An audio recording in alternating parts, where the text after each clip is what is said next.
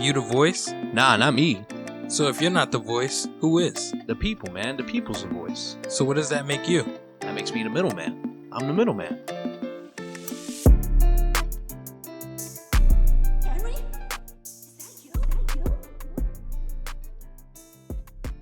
Hello, everyone, and welcome back to the Middleman Podcast. I am the man in the middle, Kevin Martinez, and today I am joined by verbal veteran Baby the Poet. Oh, man, I never got introduced like that. Thank you so much. Thank you so much. Of course. Thank you for coming out from all the way in Allentown. I appreciate that. Yes. The drive was amazing though. Scranton, this is my first time here, so I appreciate it. After we're done here, I'm definitely gonna go get some food.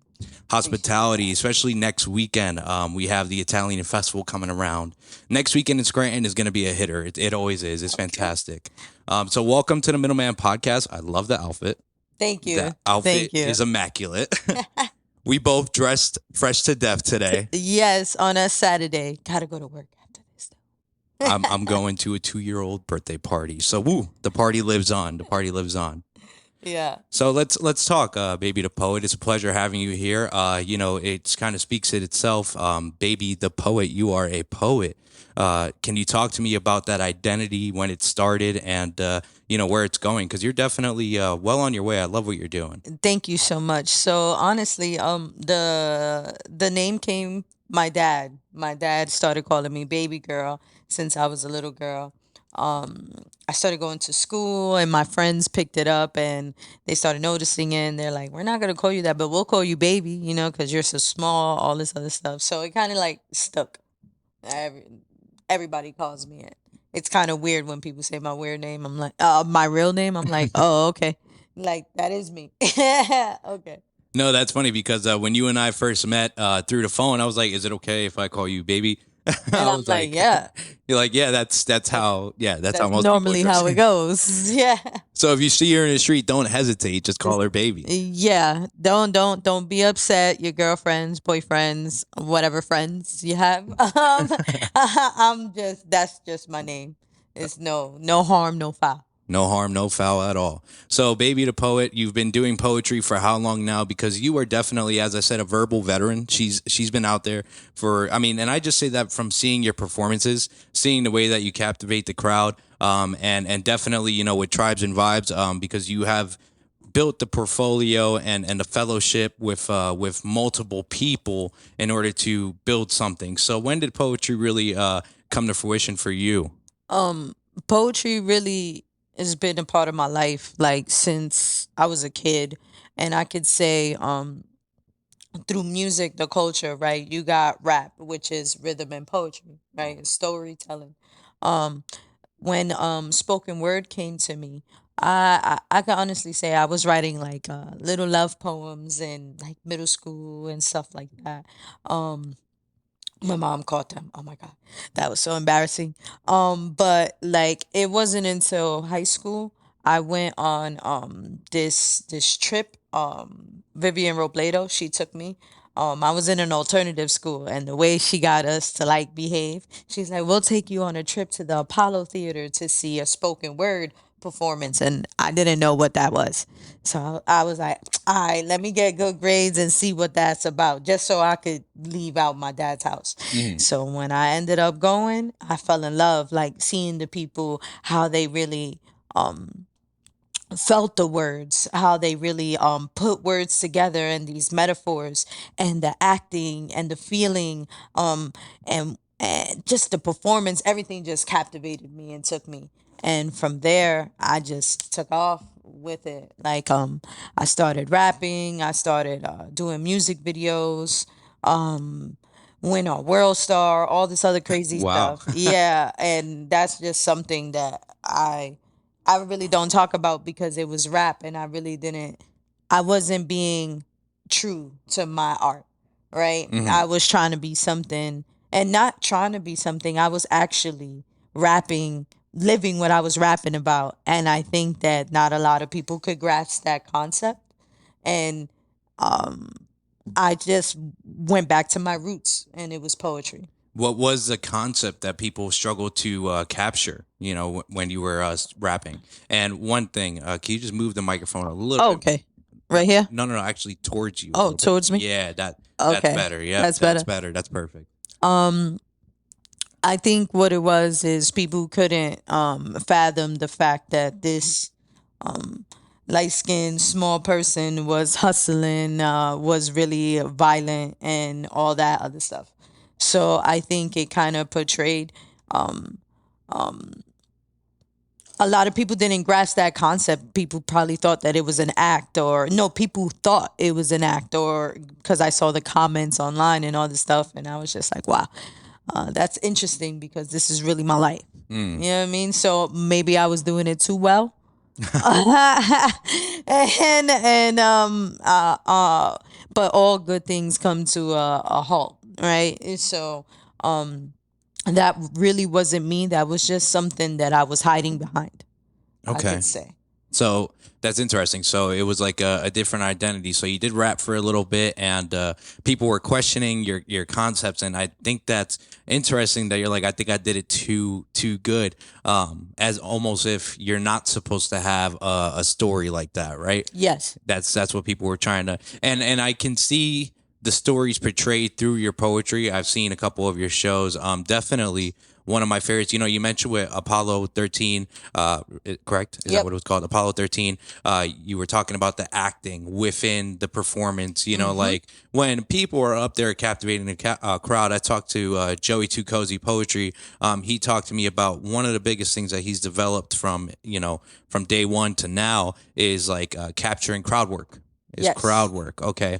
And he mentioned to me that you have to use expression, and you just mentioned that you have to use acting as well, because and I'm just gonna lead right into it. One of my favorite poems that I saw on your social media was a system.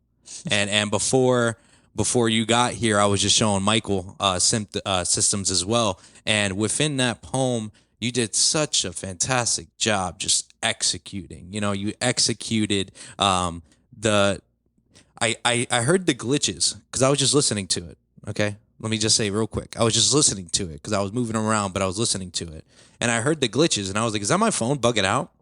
I was like, "Is my phone bugging out?" And I look at the video, and I'm like, "Oh no, this is how it's supposed to be," and I understand why. And that poem system, you put yourself as if you were the system in itself. You were a robot. Yes. You know. Yes. And that form of expression and captivating the crowd like that with the crowd work was immaculate. That was amazing. Could you care to expand on just rehearsal and thought process with that poem? It's such a it's violent in a sense, So I could see how when rapping, people, they'd be like, "Oh, why is she this violent? She shouldn't be," But But that's all right. verbal assassin. Uh, that's one thing I'm super excited. This is my first podcast, and being able to be comfortable and show myself. So in all reality, that's my true nature, is violence, right? The most I get to show it and all that is through my poetry. I learned, uh, I don't want to say at a young age, I learned that I was that type of person, but I learned like in my mid 20s that kind of person, you can have, it don't matter how much money you have, it don't matter, you could be on top of the world, anything like that, you could be lonely. But that poem, the system, that poem was actually a remake. Oh, okay. I had asked the person that originated that, is called The System. Mine's is called The System, but Food Edition, right? His name is Prentice Powell. He's a big person in the poetry community. He has performed at Arsenio Hall, HBO, all different types of places, right? I like traveled all over the country. I'm actually opening up for him, and I can't wait to open up and show him what I did, because I asked him, I texted him, I was like, listen, that poem is a poem that I always look at before I do a show, so it hypes me up. All right. So I was trying to figure out how can I make that poem my own. So if you see his, he glitches, all of that stuff. Mine's is completely different, like completely different. But his system is based off of people, ethnic people, and the challenges that they're going through in the system, right? There's this one line that he says, some of yous, how come some of yous want these cops to save one of yous when you catch when in your communities you carry a no snitching policy. So he was verbally attacking his community. So I was like, you know what, that's what I'm gonna do with, since I changed my lifestyle eating. I was like, you know what? I think that my people really need to see what the fuck they're putting in their mouths. And I think I I was vulgar. And when I say vulgar, not like explicit words. I'm talking about I gave it to you raw, like a raw dog. If like if commercials were really real, that's what they would be. Exactly. And no, you did give it to him raw. You portrayed it, and it's explicit because of the tone in your voice. When you hit certain pockets in certain parts of the conversation, you think they're feeding you chickens. No, they're giving you clones. Am I right? Am I right about that? Like that right there.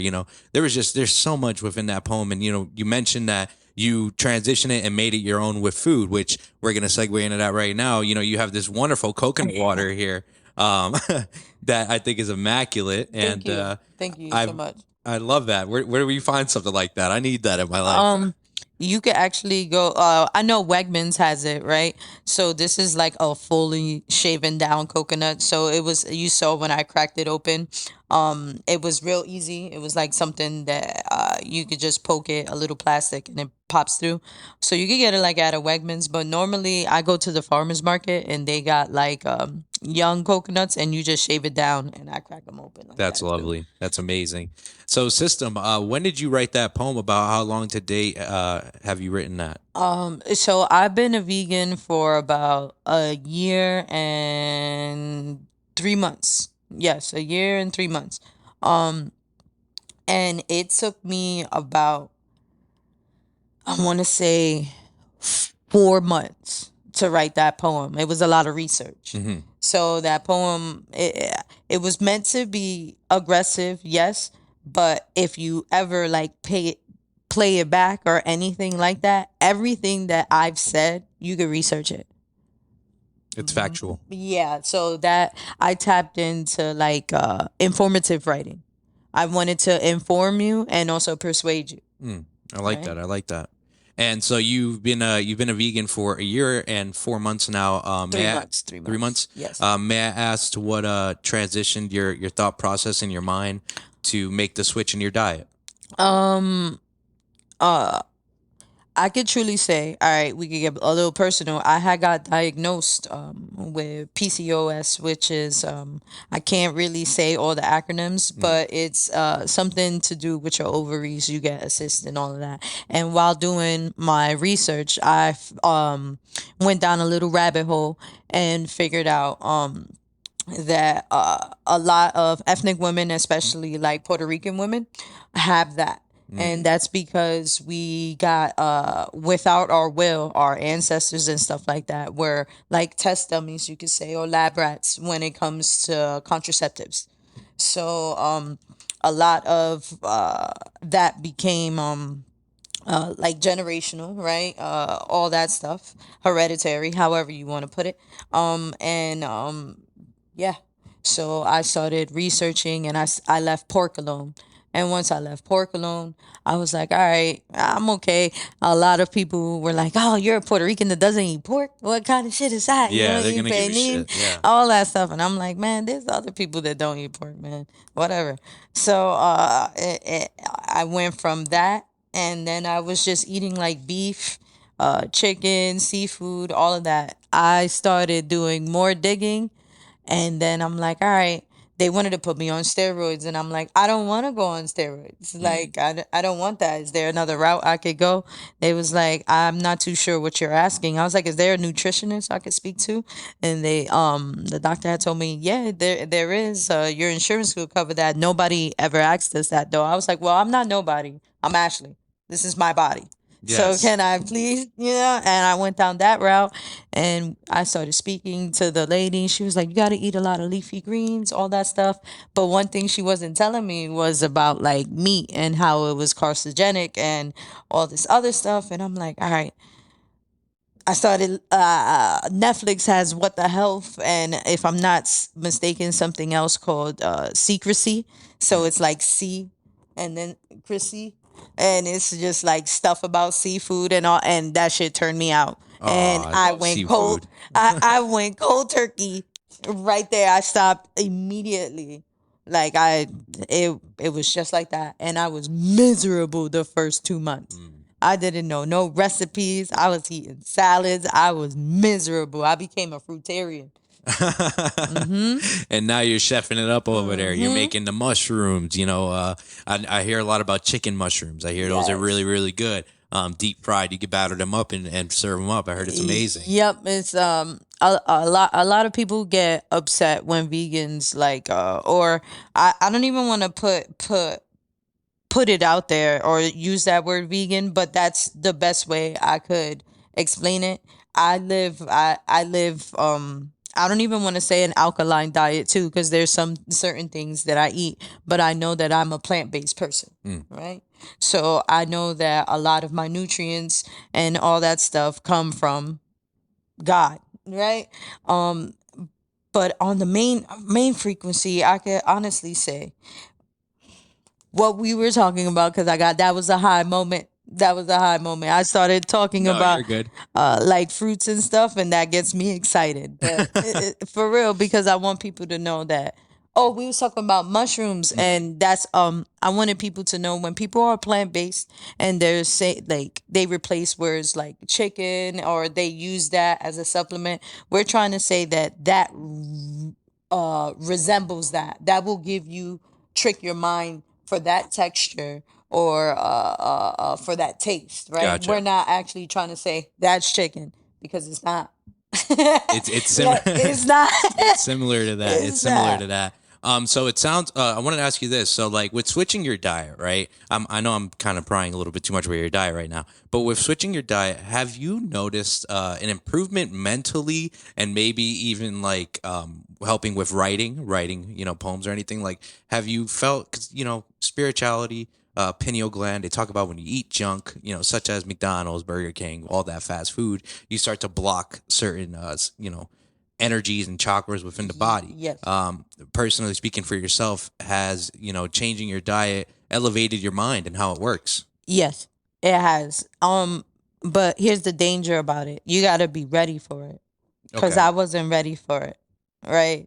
Like, I think I got into a super depression like recently, because you start to as above so below, right? Okay. So the first year you go through like transitioning your lifestyle, because that's another thing I had to kill out was diet, right? Because we don't understand sometimes our words matter. So how do you spell diet? Diet. Immediately you're saying die. So whatever it is that comes after it, it's dying. So don't plan for it too long. And that's why a lot of diets don't last. Right? So I changed my lifestyle.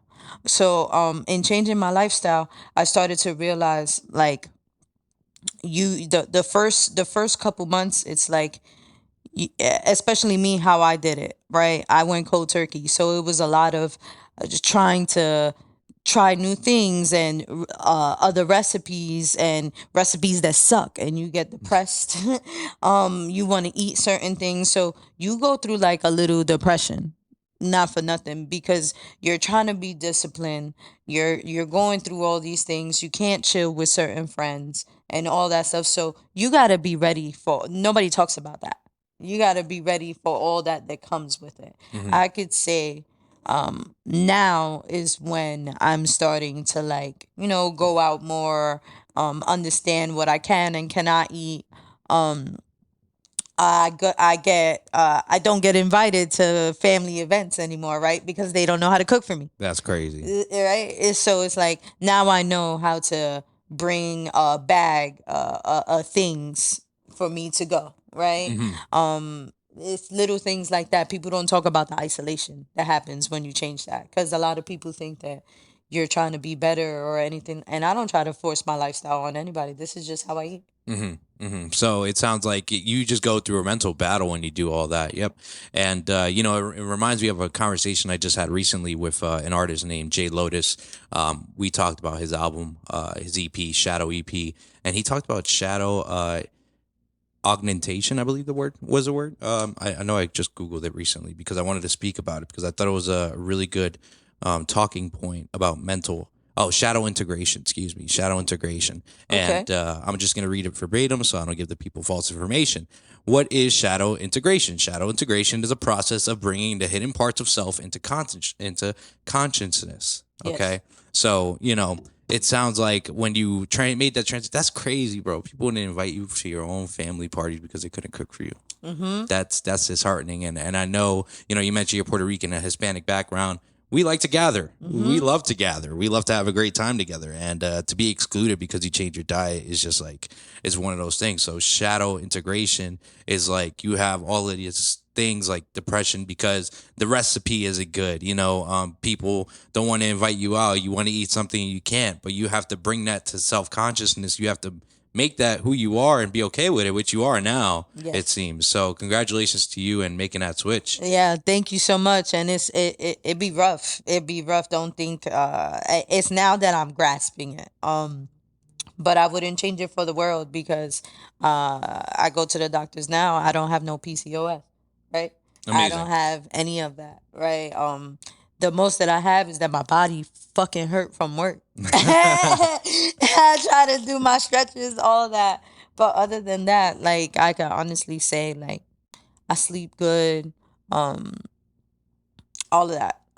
Like I used to have restless nights, and I think the only thing restless it would be like emotionally, Mm, right? hmm. Not my body health wise. Gotcha. It would be like mental. Mental and Yeah. that's a challenge that we battle every day, especially as creators. I actually I wrote in my journal yesterday, and it's been a very long time since I wrote in my journal. And something I realized that I thought was pretty interesting was I wrote in my journal entry last time about me leaving my job and starting a new job. And guess what? I'm doing the same thing again, and that's when I chose to write again. And I was like, huh. Maybe we're picking up a trend here. But I want to talk about your poetry and definitely Tribes and Vibes, which you are wearing right on Thank the shirt you. Thank here. you. Shout Yes. out Tribes and Vibes. It's Yes. something that I just want to know what it is. I mean, it seems like you built it from the ground up. You're a wonderful MC, and that's why I was so excited to have you come on the show because I'm like, she's gonna kill it. She's gonna kill it. Thank So. you. Thank you. So Tribes and Vibes is a safe platform for everyone to perform. And when I say everyone, I mean all artists, comedians, singers, dancers, definitely actors, right? If you got you everybody has 5 minutes. You could do a 5 minute skit or anything like that and captivate the fucking crowd. You do it. That's the whole platform in the Lehigh Valley, and it's not just for the artists but also for the audience members to receive and also give energy, and also embrace it. So that's what Tribes and Vibes is about. It's a safe place for everyone to give off art and receive art. Yes, I absolutely love it. And you've built this platform. Are you at the helm of this platform? Is that correct? Mm-hmm. Okay, so I'm a one band man team. when did you build this platform? Like when did it start? 2021. 2021. Okay, Yeah. and so it's located in Allentown. Where are your usual venues? So my usual venues is definitely the Steel Stacks. Okay. Steel Stacks. I have jumped around to a couple places, but I can honestly say Steel Stacks is definitely the home right now. I'm definitely trying to get other places. So I've been just going around to through different venues in the Lehigh Valley, and being up here. This was this is something to look at. So I'm always looking at different places to expand, tribes and vibes, all that, because I feel like art needs to be in the forefront because it is. It's just a lot of people don't think it is. What we're doing is art. Art Our is background, the mics, how we're speaking. We speaking about life. We got mic there. Every this is all art, right? It is art, and I struggle to inform that and knowledge it, acknowledge it in the beginning of doing the podcast. But I've kind of come to terms that this is art, and even with Trudy said the way that I set up the table, there's a reason why I did it this way. There's a reason I brought the New York out. You mentioned you were born in New York, Yeah. but you represent Lehigh Lehigh Valley. Valley. I'm gonna say Lehigh Valley now because Yes. it's more than just that town. The Lehigh Valley, and you've been a part of the community, doing your thing out there, tribes and vibes. And I was looking through your social media, and something that I really really enjoyed watching was I saw that you were invited to a school to help young children actually perform their own poetry, but it looked as if they had their back turned, so they were trying to build their confidence, is what it seemed as if you were doing, as if you were coaching. Yes. So I was in Trexler Middle School. Shout out to those middle schoolers because they don't understand. They appreciated me and looked up to me and all of that, and they don't know how much I needed them. You know what I'm saying? So that was my first moment that I was a teacher. It was like a 2 day thing. Um, it was about 4 hours, no, 3 hours, I want to say. And we went through the first segment was definitely in the classroom, and I was teaching. We went through my little course, teaching them the importance of words, what words can mean, and like for instance, the phrase "sticks and stones may break my bones, but words would never hurt me." And I flat out told them just like that. Listen, I'm not your average teacher, and nor do I have a teacher's degree. I look like y'all. I'm young like y'all, and some of y'all are taller than me. So I'm gonna tell you just like that. That phrase is What do you think about that? They was like, I don't know. I don't know. A lot of them was saying they don't know. I was like, I think that that's bullshit because you can't tell me right now that when your mom said something to you that was mean or that you thought that it was mean, that you don't remember those moments. So that means those words did hurt you. Or when your friend did something to you or things, words do matter. So we went through words, different levels, high levels, low levels, moderate levels, and how you could use your words. Like for instance, when you're mad, what's a word when you're mad that you use? When you're absolutely mad, if you want to describe like, or matter of fact, not mad, when you're sad. When I'm sad, Yep, a level 5 of sad. 1 through 5, 1 being the lowest, 5 being the high of sadness. okay, sadness. I whimper like a little bitch. I do. I cry. And I'll just be like, of course this is happening. Like, of course this is how it's supposed to be. But it's ugly. It's coming out ugly. Like when I'm sad, I just I take it to the chin. I take it to the chin. See, a lot of them would use the word ugly, right? What you just said. Sadness. They would use annoyed.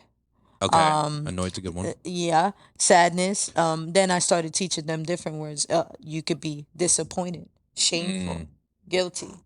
Those are high levels of sadness, right? Yeah. Though that's that and then they started to now realize the words maybe their parents was using. Maybe it was high levels of anger. What did I do to create that you know what I mean? Yeah, no, because I mean, if it's always joked about, but if like you're a father and you say to your child, like I'm disappointed in you. Oh man, Yeah, that's all you need to say to people. People think that and they'll crumble. They'll crumble. people think that violence is the answer. No, words. Yeah, I know me growing up. They be like, "Oh, you weren't fucked up, but look, you ain't died or nothing. But look at how angry I am.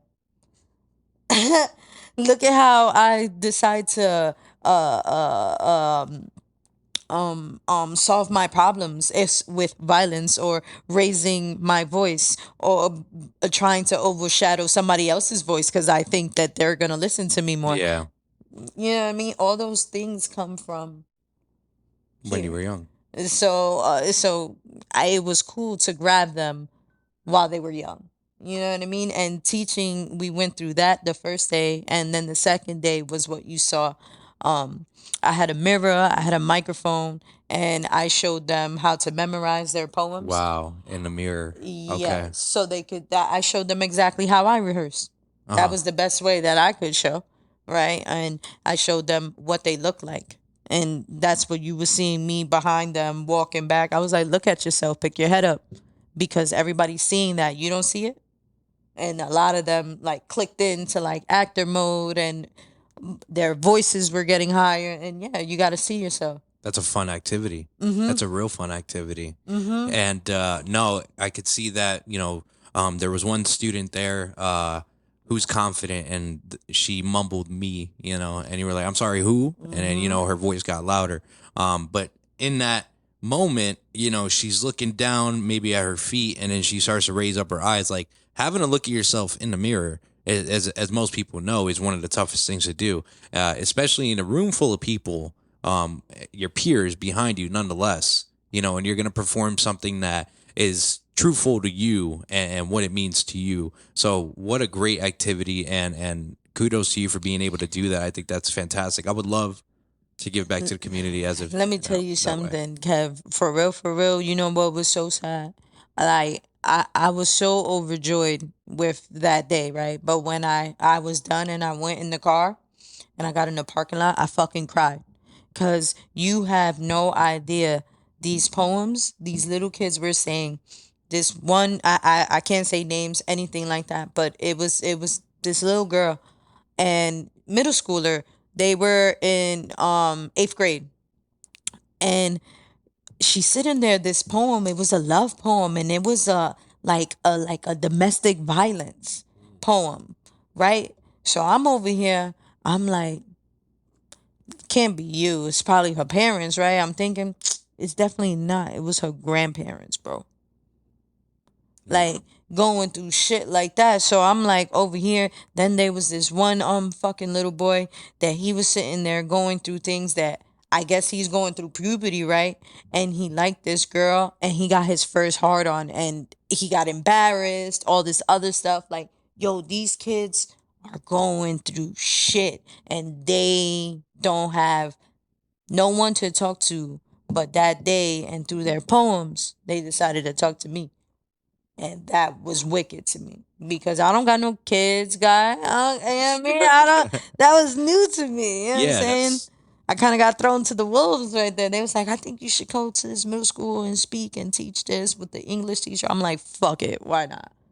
And that's how that went. that's amazing. No, I can relate because I used to coach football, and I just seeing those kids from the 7th, 8th grade go to all the way like a senior, seeing them grow and just seeing them like I remember I had to teach the one kid how to mop.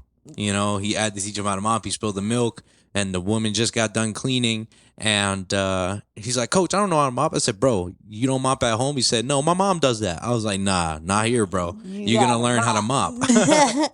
And I think that those are things that we should definitely be showing the youth, right? Not only how to use their hands and yeah, their minds, but also let me not say their minds because I feel that's what I was trying to get to. Not just use their bodies, right, to do these jobs or to be in these schools or anything like that, or their minds for these schools, but learn how to like express themselves and know how to communicate because there's a lot of adults that do not know how to fucking communicate Mhm. and it be strangers and I know we see it every day. We see it with people with road rage. That be motherfuckers that don't know how to communicate. You so mad that you gotta like chase me down because you had a bad day or whatever the fuck you going through and you go road rage. Yep. You could lose because you don't know how to communicate. We've used this acronym before. I got it from the Wu Tang. It's peace, proper evaluation, activates controllable emotions. Okay. So, it's just like it's stuff like that, like trying to teach a youth. You mentioned words, right? How to formulate different words instead of ugly, use, disappointed, or so on and so forth. One of my trigger words, and when you were telling that story, I remembered was in high school I was called pathetic by a gym teacher at the time. Yeah. And yeah, he called me pathetic because I couldn't do the workout in a gym class, but I was beat up because I was wrestling and all that, so I was just exhausted, so I didn't want to do it. And I remember he calling me pathetic, and that was a feeling of enragement. I was extremely like frustrated and upset and hurt by that, So I talked to him after the fact, and I was like, "Hey, man, don't you ever use that word against me again, like ever. I'm not a big fan of that. That's my trigger word. Everyone has a Words trigger word. fucking matter. That's the one that for me, it's like, yo, fuck you. You don't know what the fuck I've been through. Like I will get real nasty when someone calls me pathetic, or even I don't even like using it in my contacts. I wouldn't dare call what that podcast, that person, that their art, it's pathetic. Nah, because I can't do it.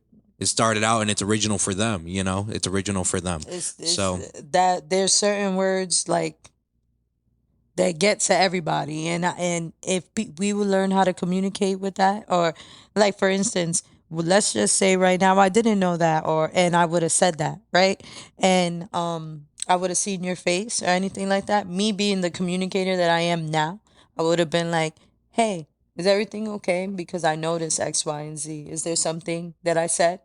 A lot of people don't know how to do shit like that. mhm. That is considered like you being too direct, or what the fuck you mean too direct? Who am I gonna direct it to? I'm talking to you. Like, but I'm super happy we're having this conversation because on a for real, I'm gonna tell you real right now. I've been too direct as of late, way too direct, and I got called out on it twice recently within the same week, and I'm happy these people called me out on it. For example, I went into the gas station and I needed to get a receipt, so I walked up to the cashier and I said, "Hi, can I get the receipt for pump one?" He goes, "How you doing?" I was like, "I'm sorry, you're right. How are you doing?" "I'm doing well." Da da da. It was just too direct approach. I had some feedback that I needed to bring upon my team, and instead of saying, "Hey man, how you doing?" blah blah blah, I directly bang, and he was like, "First text, like this is the first thing you're gonna say," and I'm like, "Yeah, you're right. I'm sorry. I'm sorry. I got to take a step back. I got to take a step back." And I'm gonna work on that, and I'm happy that people are, you know. There's fucking signs, right? There's so many signs right oh, now. I've been called out always, twice, and we're having this conversation right now. always, It's a sign. you see, but if they're calling you out or something like that, right? That means that that is something that's not in your nature, right? Yes, yes, yes. That is correct, and So I'm happy you called that out because another conversation. A friend of mine was like, "The past few weeks, I've been noticing you're still a light, but there's something going on, bro. What's going on?" And that's where we're at. I think that overall, us as adults, like I don't know how old you are, but I know my birthday is next week, and I Happy know. birthday. Thank you. I know being in your 30s is like a lot of people say, "Oh, it's not that you feel older," because I don't feel older, and I know I don't look older. I know what it is a mental thing, and sometimes we could get in our own head. So I don't know if it's the stresses of being older and thinking that you're supposed to be where you're not where you're supposed to be, or you supposed to be much further, or you don't know where you're supposed to be going, or you know that you love one thing but this is getting in the fucking middle. Like all those things could pull you in different directions, and make you see sides of yourself that probably you like or you don't like, right? And that's why the people that surround you, they're there for a reason, whether it is to question you or to bring you back or anything like that. You know what I mean? So always appreciate those around you. That's what I could say. Going through because I've been going through a pause, right? I haven't done an open mic since I want to say July. So it wasn't that long. So July 22nd, I think it was. Um but I haven't really, I'm not planning on doing anything. I got a performance in October that I'm opening up for. It's called the Legends. So Prentice Powell, Obi West. I'm gonna be with Maui, the writer, She Bars.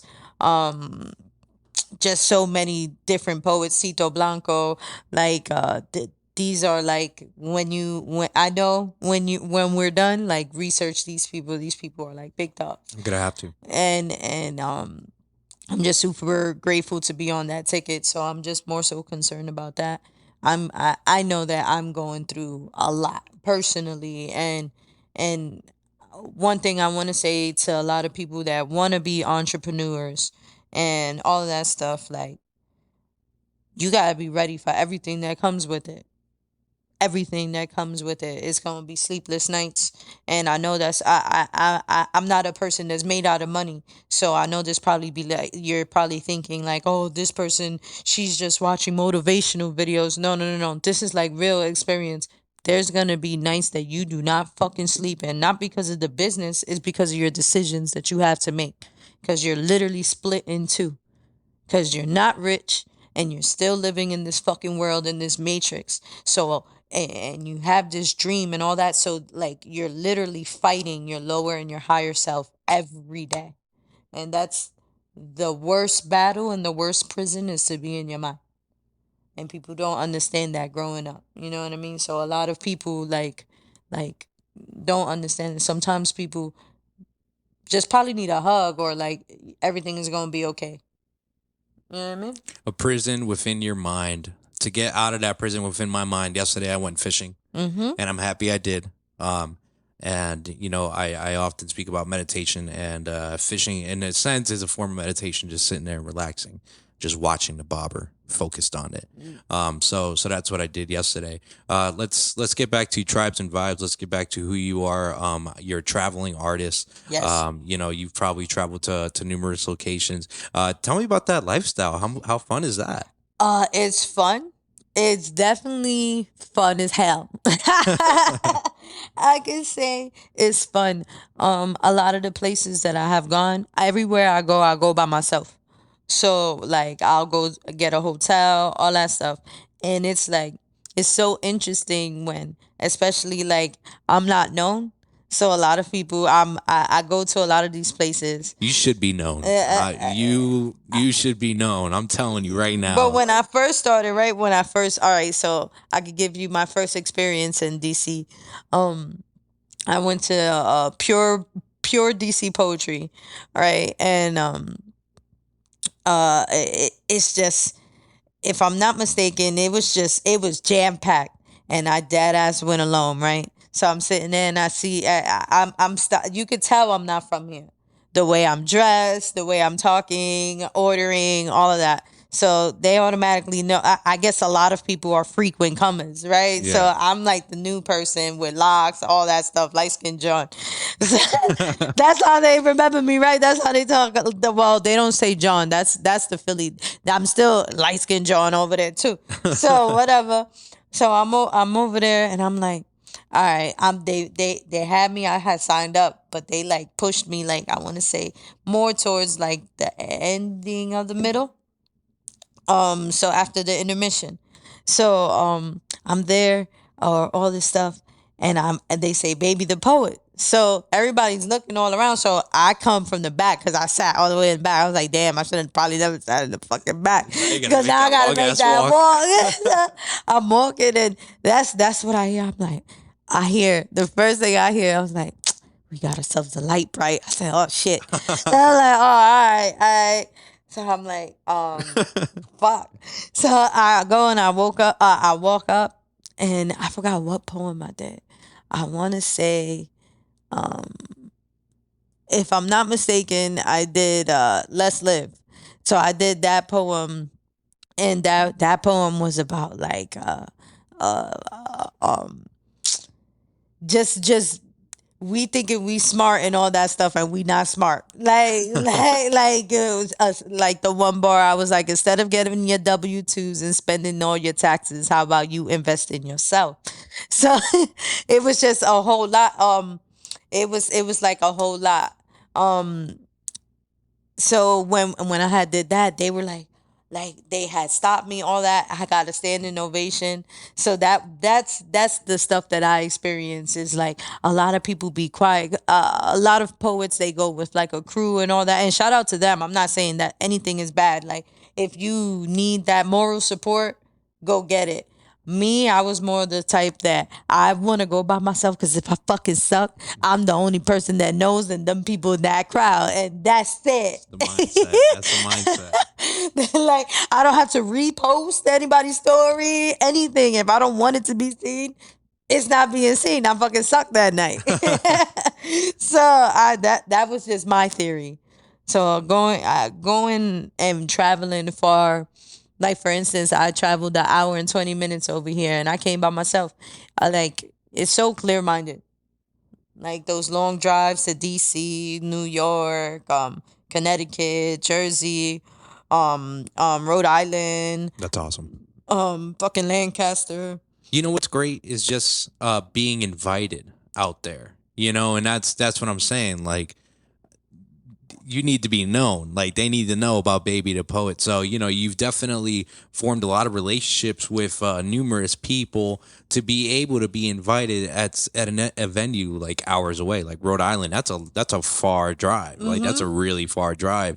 So that's incredible. And then like Tribes and Vibes, you know, you mentioned that you kind of slowed it down for a little bit now. And do you plan on bringing it back probably after you do your show? Like Most definitely. I would love to attend one of these events. Most definitely. I definitely am gonna have one before the ending of the year. At least one more open mic. But I'm really really focused on trying to get into colleges and high schools, and I really want to do more tours. Um, it's kind of hard. I commend anybody who's doing the open mic scene or doing events or anything like that. Like I commend all that stuff, and I commend anybody that is doing stuff by themselves.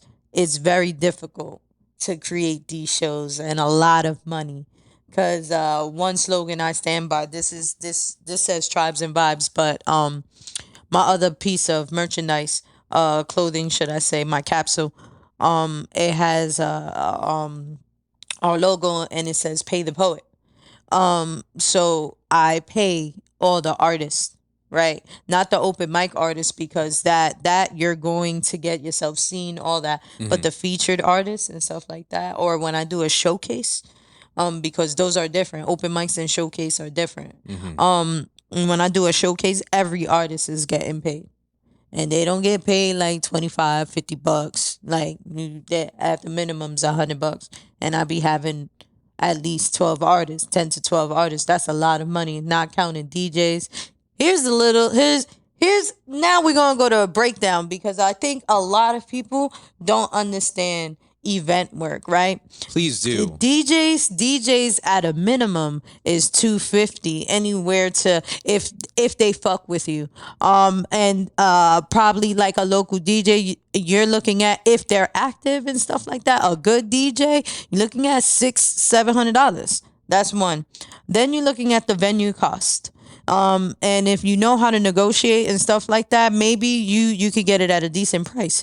But at a minimum, you're looking at anywhere from $800 to $1,200. Then you have to budget in your artist, right? Because none of these poets that's traveling from different places, sometimes they have their travel fee as well as their fee for how long their set is. So sometimes a 15 to a 20-minute set that could be $250 to $400, right? We're already over $2,000. Yeah. Yeah, we're already over $2,000.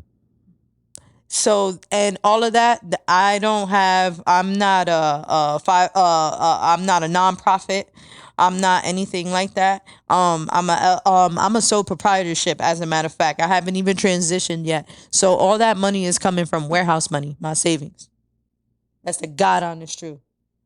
The advertisements, all that stuff. So nobody can tell me that I do not love what I do, because I just this year was the first time that I broke even in the show. So that means I made no dollars. I wasn't in that negative, if you understand that lingo. Business, exactly. No, you love what you do. You put on for the people, and one of the things that I love about Tribes and Vibes is it says the voice of the Lehigh Valley.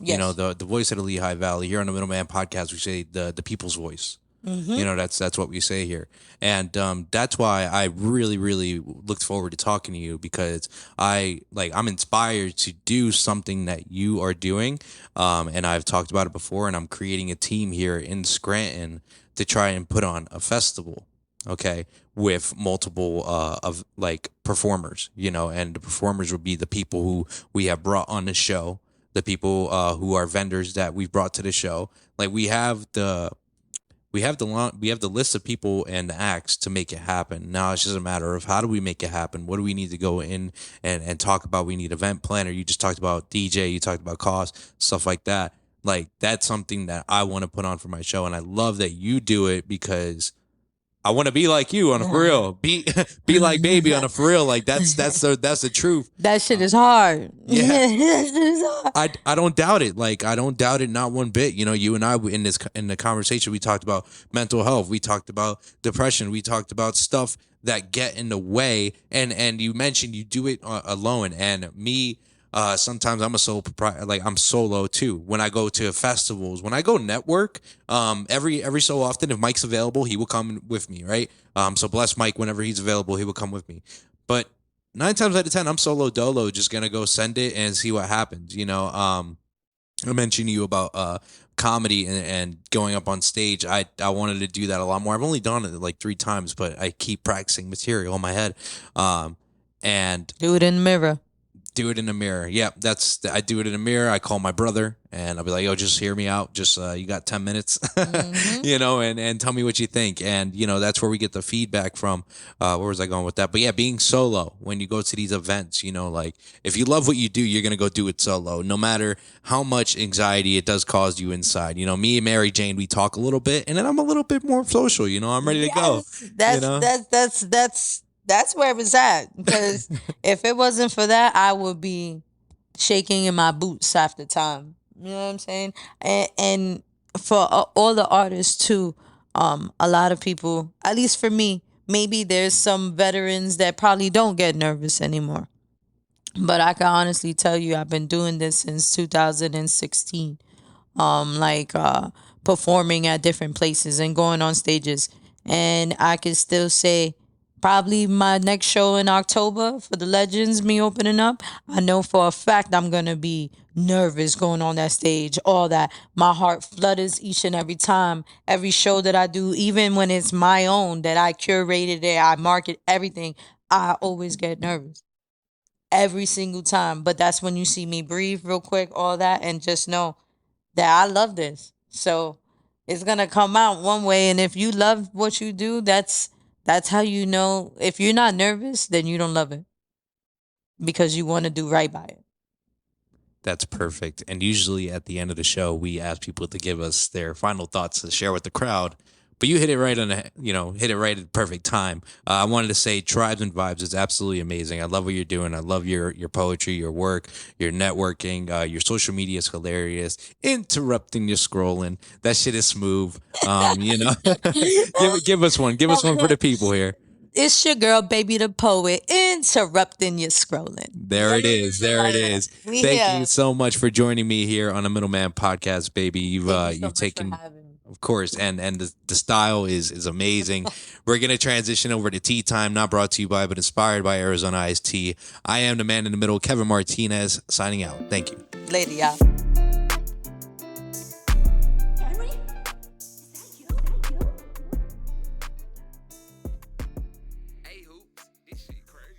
I don't know how to tell them that we grew up in a system where they tell us that there is no food. There is only the things that I allow you to eat. I will be in your TV screens, marketing strategies, schools, vending machines, down to what your doctor deems healthy. You see, I will poison your middle class people young. We'll start off with Similac that's advertised to the babies, but lacks the nutrients Slowly but surely, we'll stop breastfeeding, and then we'll start planting other seeds. We'll tell you that you need to eat meat to get those so-called proteins, which is really just amino acids. And we'll tell you that it's grass-fed to pull on your emotional heartstrings. We'll hide the fact that you're just eating dead flesh, pumped with hormones and GMOs. It's stressed meat that'll die from more than just lows. It's anxiety and depression. Then we'll make them wonder why these kids are exposed and diagnosed with ADHD or autism.